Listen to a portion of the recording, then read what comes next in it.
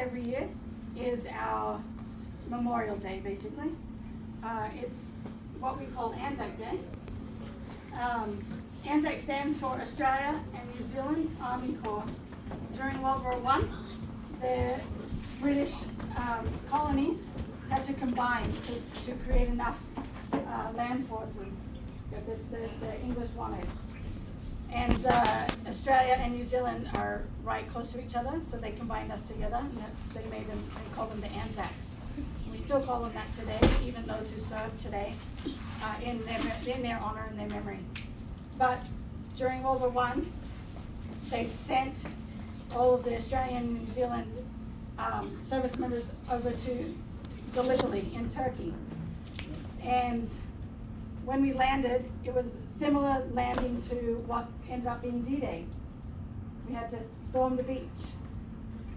Unfortunately, the Turks knew we were coming, and they did the same thing that the Germans did and set up all of their cannons and machine guns above the beach. And when the Australians and the Kiwis landed, they were slaughtered.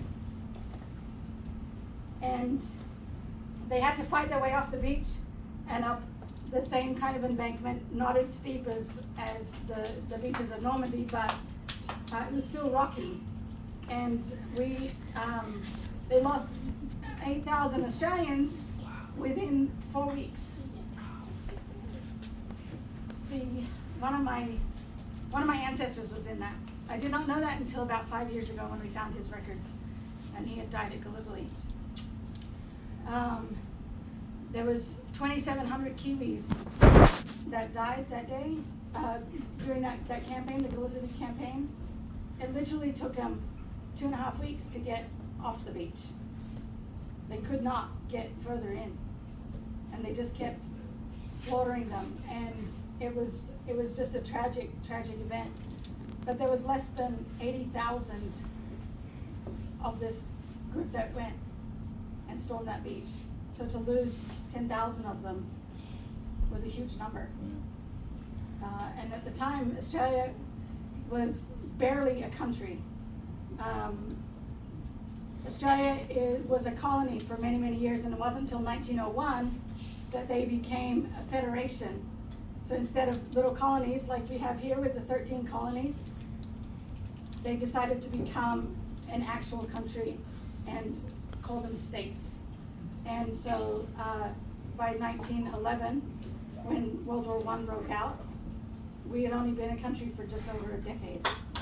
And so to see that many sign up to join, the Gallipoli campaign was the bloodiest that we dealt with, but the Australians were serving in all through North Africa and the Middle East and all through Europe. But Turkey was our biggest thing. So every year on ANZAC Day, pretty much all of Australia is shut down, and they get together and we do huge memorial services. Every town, every major government building, at the War Memorial in our country's capital, massive crowds come together. We have some pictures here, and you can see, you just pass this around, you can see the sizes. Everyone comes together because Australia is a very large country and very small in numbers. We have about 25 million people right now. It's the same landmass size as the US. So we're very tight as a people. And so these kind of events, it brings us together, and it reminds us to remember those who fought to save our freedoms.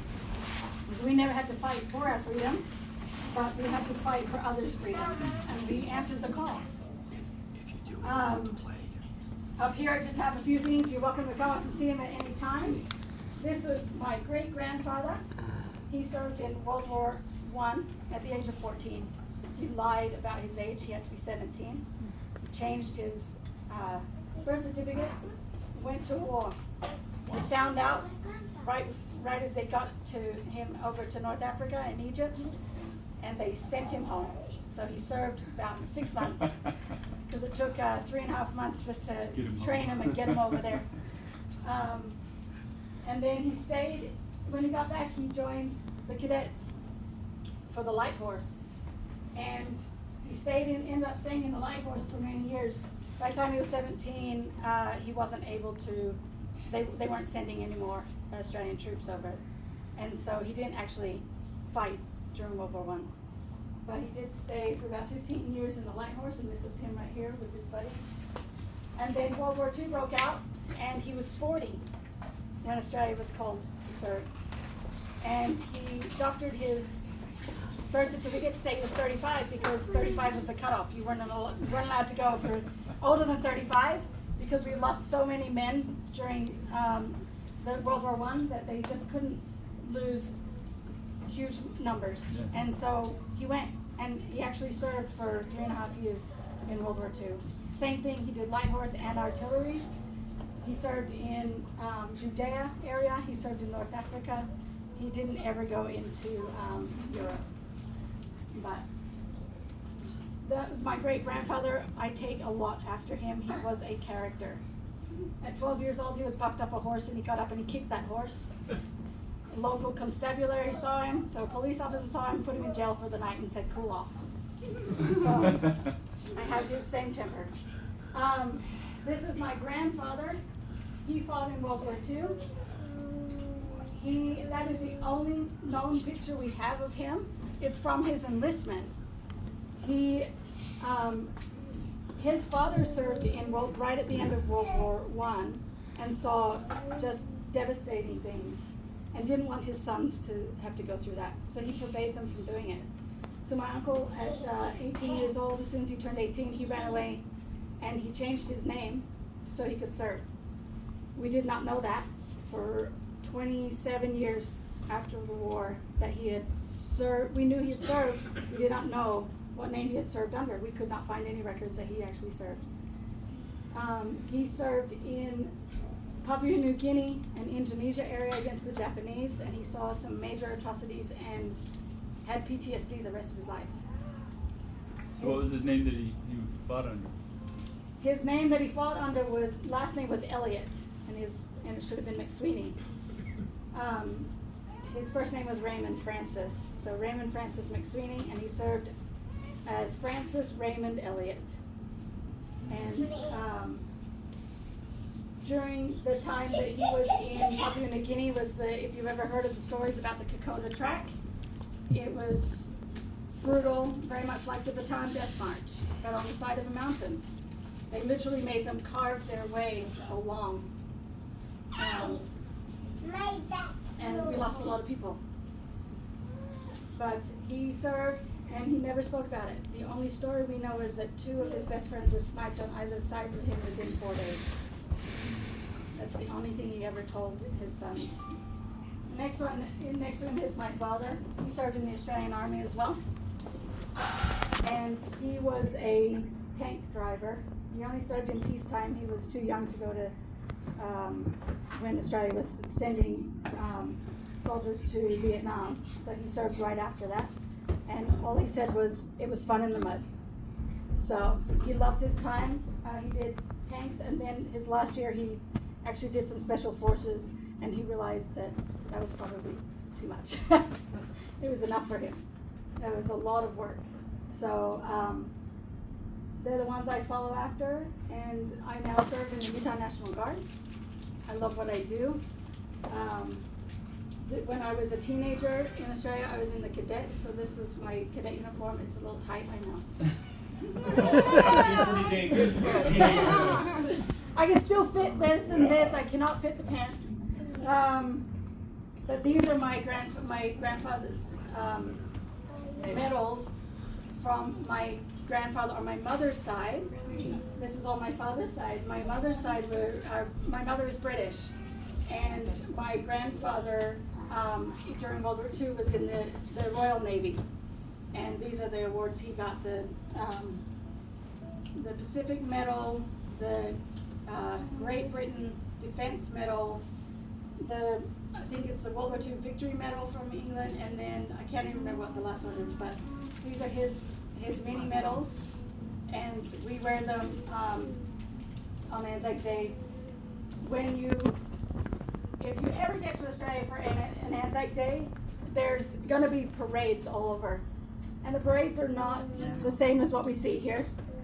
We don't have businesses, and we don't have, what they call, the Politician.